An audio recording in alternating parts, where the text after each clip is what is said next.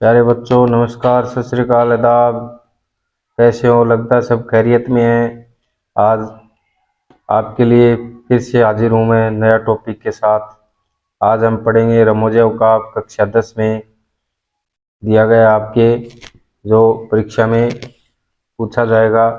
रमोज़ औक़ाफ़ को हिंदी में बोलते हैं विराम चिन्ह। तो रमोज़ औक़ाफ़ वो है जो एक जुमले को दूसरे जुमले से या एक ही जुमले के लिए या एक हिस्से को इसके दूसरे हिस्से से अलग करते हैं, उसको हम रमोज़ औक़ाफ़ कहते हैं। लफ्ज़ रमोज़ दो हैं, दो लफ्ज़ों से मिलकर बना है रमोज़ व औक़ाफ़। तो रमोज़ की जो जमा है वो रमज़ है और मानी है इशारे के हैं। और लफ्ज़ औक़ाफ़, औक़ाफ़ की जमा है वक्फ़ा, जिसका मतलब होता है ठहरना। जो हम पैराग्राफ पढ़ रहे हैं उसमें बीच बीच में जो कोमा है, इन्वर्टेड कोमा है, सवालिया निशान है, ये जो चिन्ह आते हैं उसको हम रमोज़ औक़ाफ़ कहते हैं। उससे क्या होता है कि पढ़ने वाले को बीच में सुकून मिलता है, ठहराव होता है और पढ़ने वाले की जो नज़र है वो भी थकती नहीं है, तो नज़र को भी सुकून मिलता है। तो लफ्ज़ रमोज़ औक़ाफ़ का मतलब आप जान चुके होंगे। इन ऐसी अलामतों के ज़रिए मुनासिब ठहराव हो पाता है या फिर नज़र को सुकून मिलता है और नज़र थकती नहीं है। तो इसलिए जो पैराग्राफ हम पढ़ रहे हैं उसमें रमोज़ औक़ाफ़ का इस्तेमाल किया जाता है। रमोज़ औक़ाफ़ का वास्तविक मतलब होता है कि जो पैराग्राफ दिया गया है उसमें बीच बीच में ठहराव हो। तो ये कुछ विराम चिन्ह दिए गए हैं, उन्हें हम रमोज़ औक़ाफ़ कहते हैं। चलो बच्चों, विस्तार से आपको बताते हैं रमोज़ औक़ाफ़ क्या होता है। चैनल में नए जुड़े हो तो लाइक करें, शेयर करें, सब्सक्राइब करें। वीडियो को दोस्तों को शेयर करें। चलो चलते हैं बच्चों।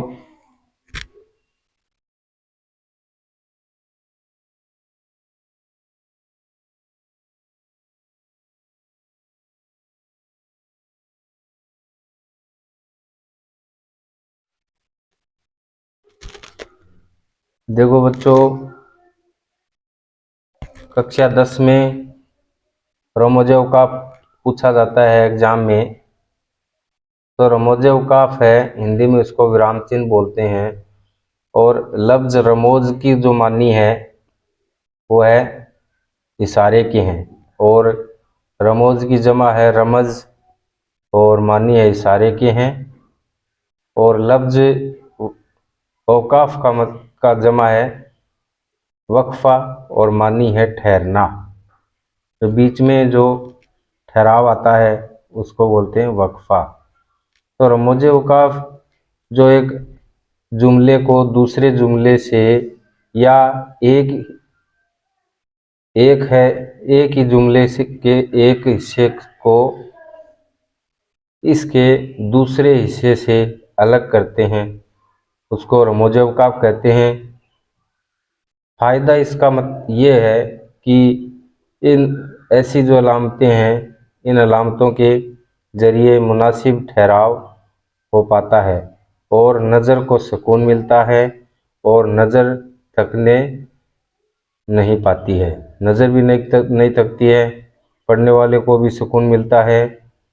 तो रमोज़ औक़ाफ़ अपने निसाब में 10 रमोज़ औक़ाफ़ हैं। तो उसमें कोमा है, ऐसे लगाई जाती है, और सेमीकोलन है, उसको वक्फ़ा बोलते हैं, और कोमा को सक्ता बोलते हैं, कोलन को राब्ता बोलते हैं। कोलन इस तरह से लगाया जाता है, वक्फ़ा इस तरह से लगाया जाता है। उसके बाद नेक्स्ट है तफसीला है, यानी कोलन एंड डैश या फुल स्टॉप। उसमें कोलन एंड डैश लगता है और फुल स्टॉप हो जाता है। उसके बाद ये कोलन एंड डैश यानी तफसीला। पांचवा है खात्मा है, यानी अंग्रेजी में उसको फुल स्टॉप बोलते हैं और उर्दू में उसको खात्मा बोलते हैं। यानी जुमला पूरा होने के बाद जो हम लगाते हैं, अंग्रेजी में फुल स्टॉप लगाते हैं और उर्दू में डैश की तरह लगाया जाता है, उसको बोलते हैं खात्मा और अंग्रेजी में फुल स्टॉप। उसके बाद 6 नंबर है वो मजाफिया है, सॉरी फजाइया नदाइया है, जो कि नोट ऑफ एक्सक्लेमेशन में होता है। और उसके बाद है सवालिया निशान, जो प्रश्नवाचक चिन्ह है, क्या कब क्यों कहाँ कैसे जो सवाल पूछे जाते हैं उसके अंत में लगाया जाता है, उसको प्रश्नवाचक चिन्ह कहते हैं, अंग्रेजी में बोलते हैं क्वेश्चन मार्क। उसके बाद खत है, जिसको हम इंग्लिश में डैश बोलते हैं। नुआ है, छोटा ब्रैकेट है, बड़ा ब्रैकेट है, मजला ब्रैकेट है, तो उसको उर्दू में बोलते हैं क्वेश्चन। क्वेश्चन यानी ब्रैकेट्स, इंग्लिश में बोलते हैं ब्रैकेट्स, ब्रैकेट्स। उसके बाद है इन्वर्टेड कोमा है, उसको उर्दू में बोलते हैं वाविन। तो इस तरह से आपके 10 रमोजवकाप दिए गए हैं। इसके बारे में हम आगे विस्तार से पढ़ेंगे। तो बच्चों समझ में आ रहा होगा आपके।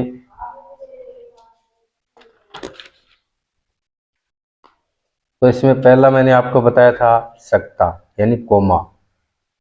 एक ही तरह के 3 या 3 से ज़्यादा अल्फाज जो साथ साथ इस्तेमाल किए गए हों, इनके दरमियान सक्ता की अलामत लगाई जाती है। जैसे मसलन के तौर पर मैंने आपको बताया है दरिया, उसके बाद सक्ता का चिन्ह लगाया मैंने यानी कोमा। दरिया है, पहाड़ है, उसके बाद पहाड़ व जंगल, फिर उर्दू है, अरबी और फारसी। तो इस तरह से एक साथ जो लफ्ज़ आते हैं उसके बीच में जो अलामत लगाई जाती है वो सक्ता की अलामत लगाई जाती है।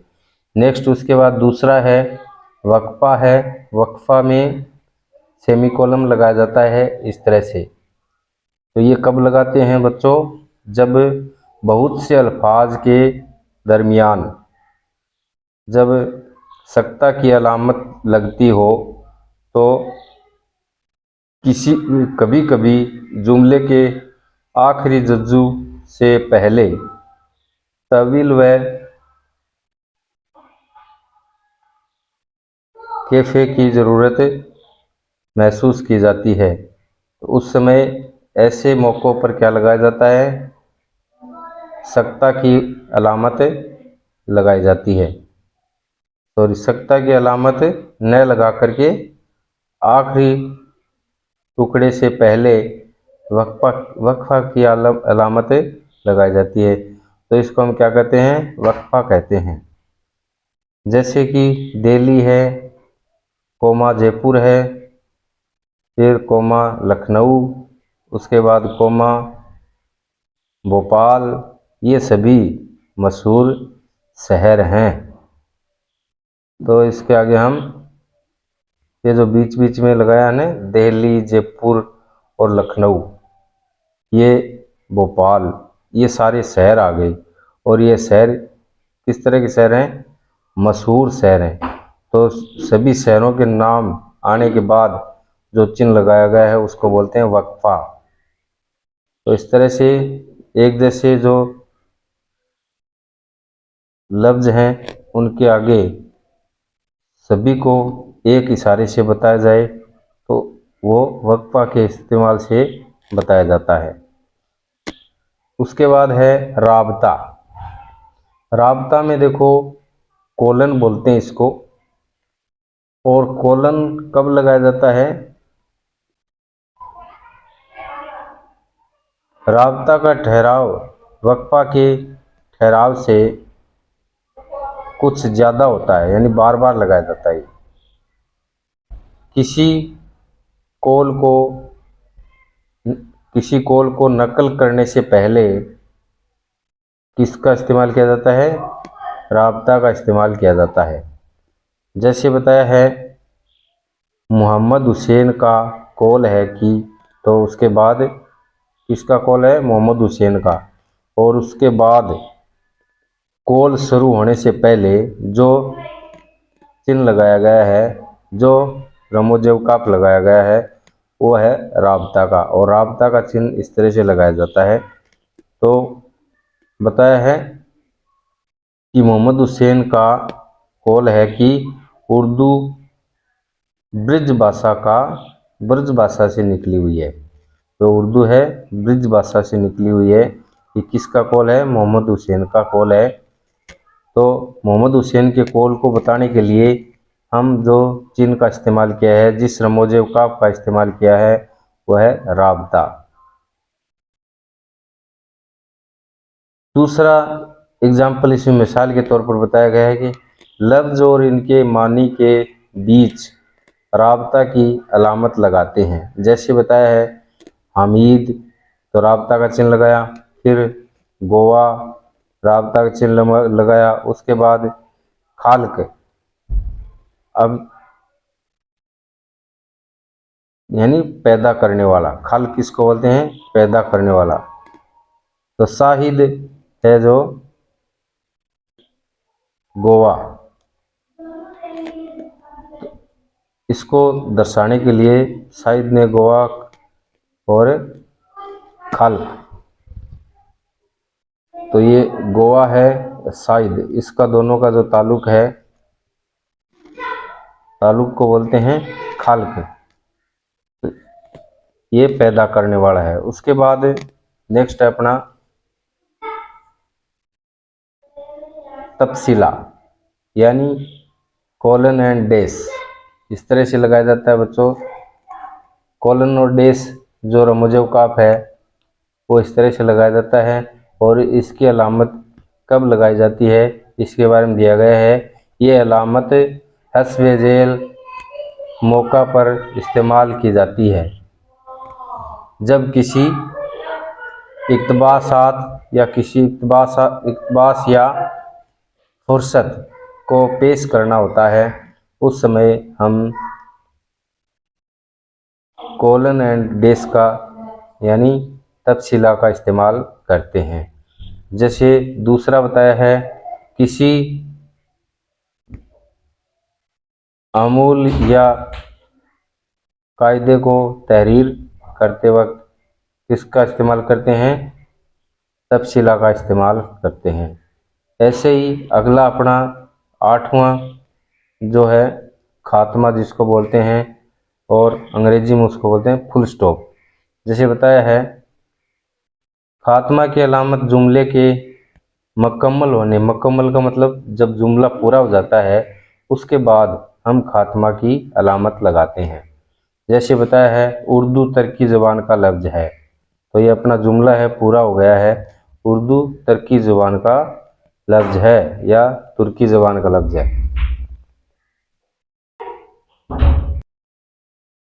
अगला है बच्चों 6 नंबर है अपना नदाइया फदाइया। तो सिंग ऑफ एक्समेलेशन है, एक्समेलेशन।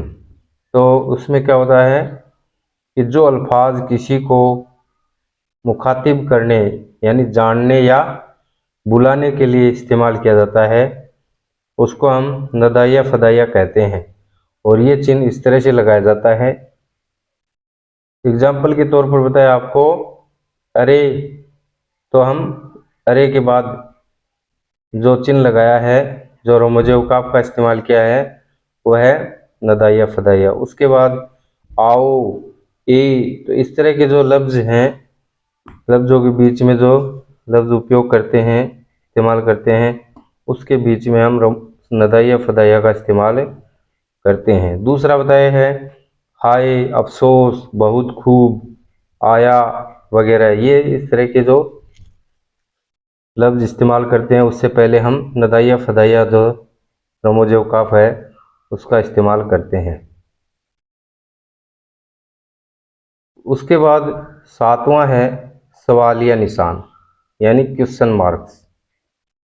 क्यों, कब, कैसे जैसे सवाल पूछे जाते हैं उसके आगे हम क्वेश्चन मार्क्स जो रमोजव का इस्तेमाल करते हैं वो सवालिया है। तो इसमें बताया है सवालिया की अलामत सवालिया जुमले के बाद लगाते हैं। जैसे बताया है तुम कब आओगे, तो कब, क्यों, कहाँ, कैसे जैसे सवाल हैं उसके आगे हम सवालिया निशान लगाते हैं। दूसरा बताया है तुम कहाँ जा रहे हो, तो इसमें हम सवालिया निशान की अलामत पेश किए। उसके बाद अगला है आपके 8 का रमोजव काफ है, डेस वाला है, उसको खत बोलते हैं उर्दू में। तो इसकी अलामत खात्मा के मुकाबले में खत की अलामत बड़ी होती है। किसी लफ्ज़ या किसी वजाहत के लिए बहुत से लफ्ज़ आ जाते हैं तो इनके दरमियान खत की अलामत लगाते हैं। यानी कहने का मतलब जो युग्म वाले शब्द हैं, जोड़े वाले, जैसे भाई बहन है, माता पिता है, दादा दादी है, तो इस तरह के जो लफ्ज़ आते हैं उसमें हम खत की अलामत लगाते हैं। नीचे बताया है जैसे घर के सभी अफराद, वालिद वालिदा, भाई बहन, बेटा बेटी सभी काम कर रहे हैं, तो ये सभी के लिए युग्म वाले लफ्ज़ हैं यानी जोड़े वाले।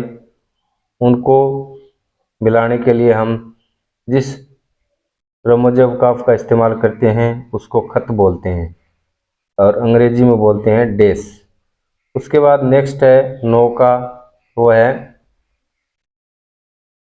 क्वेश्चन, यानी इसमें बड़ा ब्रैकेट, मझला ब्रैकेट और छोटा ब्रैकेट, और इंग्लिश में उसको बोलते हैं ब्रैकेट। क्या बोलते हैं? ब्रैकेट।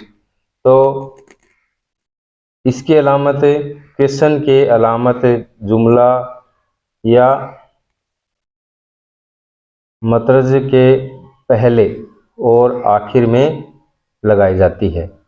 जैसे अब्दुल कलाम आज़ाद, यानी आज़ाद के पहले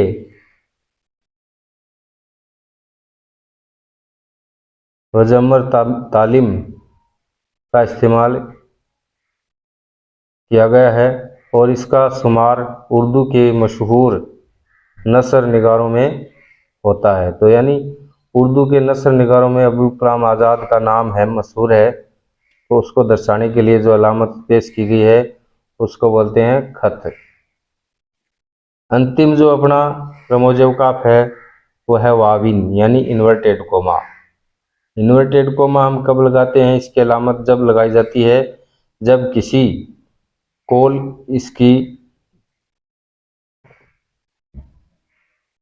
का कौल इसी के अल्फाज में नकल करना होता है। इस इबारत से पहले और आखिर में वाविन की अलामत लगाई जाती है। जैसे रशीद अहमद ने कहा, क्या कहा कि गज़ल उर्दू शायरी की आबरू है। तो रशीद अहमद सदीकी ने कहा है कि गज़ल उर्दू शायरी की आबरू कहलाती है। तो ये रशीद अहमद सदीकी का जो कौल है उसको बताने के लिए जिस अलामत का इस्तेमाल किया गया है वो है वाविन। इस तरह से बच्चों आपके 10 रमोजव काफ दिए गए हैं। लगता है आपको समझ में आ गए होंगे। वीडियो को लाइक करें, शेयर करें, सब्सक्राइब करें, अपने दोस्तों को शेयर करें। धन्यवाद। नेक्स्ट वीडियो में मिलते हैं और ये आपके लिए बेहतर करने के लिए। Thank you. सत श्री अकाल, आदाब, अस्सलाम वालेकुम।